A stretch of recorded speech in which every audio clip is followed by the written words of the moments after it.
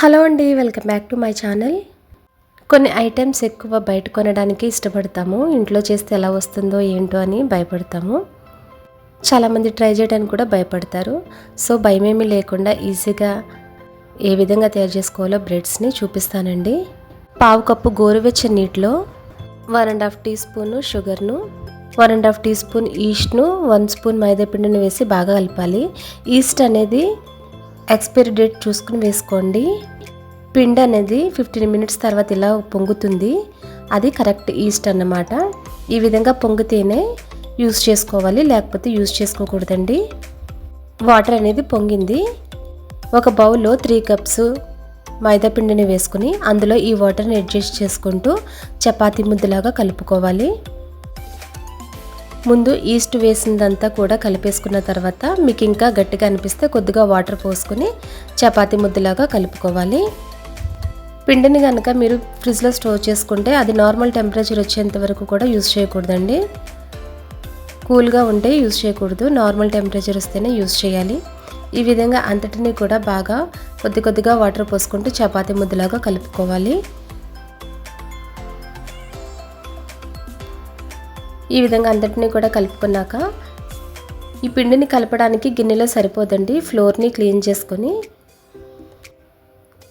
Kitchen platform ఉంటుంది కదా, అక్కడ క్లీన్ చేసుకుని ఈ విధంగా నేను చూపిస్తున్నట్టుగా మణికట్టుని యూజ్ చేసుకుంటూ, హ్యాండ్ మణికట్టు ఉంటుంది కదా, సో ఆ ప్లేస్ని యూజ్ చేసుకుంటూ మళ్ళీ ఈ విధంగా చూపిస్తున్నట్టుగా ప్రెస్ చేసుకుంటూ మళ్ళీ సేమ్ అదే వేలో బ్యాక్కి రావాలి. అలాగైతేనే మనకి పిండి అనేది సాఫ్ట్ అవుతుంది అన్నమాట. నేను చూపిస్తున్నాను కదా, సేమ్ అదే రీతిగా ఆ పార్ట్ని యూస్ చేసుకుంటూ ఈ విధంగా చేసుకోవాలి.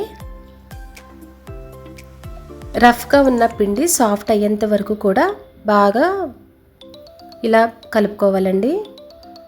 నాకు మ్యాక్సిమం 9 to 10 మినిట్స్ పట్టింది సాఫ్ట్నెస్ రావడానికి.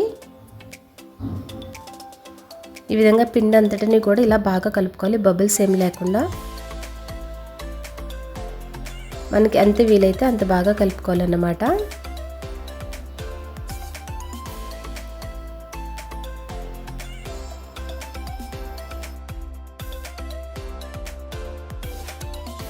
పిండిని గమనిస్తే ముందు ఉన్నంత రఫ్నెస్ లేదు, సాఫ్ట్గా ఉంది.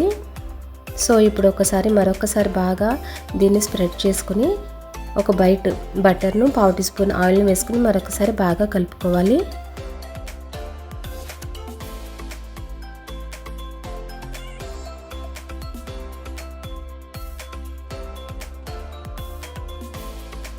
పిండి అంతటిని కూడా ఈ విధంగా మరొకసారి బాగా కలుపుకొని మ్యాక్సిమం మనం ప్రెస్ చేసిన దాన్ని బట్టే బన్స్ అనేవి వస్తాయండి. పఫీనెస్ కానీ కలిపే విధానం మీద ఆధారపడి ఉంటుంది. ఈ విధంగా ఉన్న దాన్ని ఒక బౌల్లో పెట్టేసుకొని గాలి వెళ్ళకుండా మూత కానీ టవల్ని కానీ పెట్టేసుకోవాలండి. ఇది ప్లేస్ని బట్టి, వెదర్ని బట్టి పొంగుతుందండి పిండి. నేను హైదరాబాద్లో చేస్తున్నాను, సో ఇక్కడున్న క్లైమేట్కి 1 అవర్లో పొంగింది.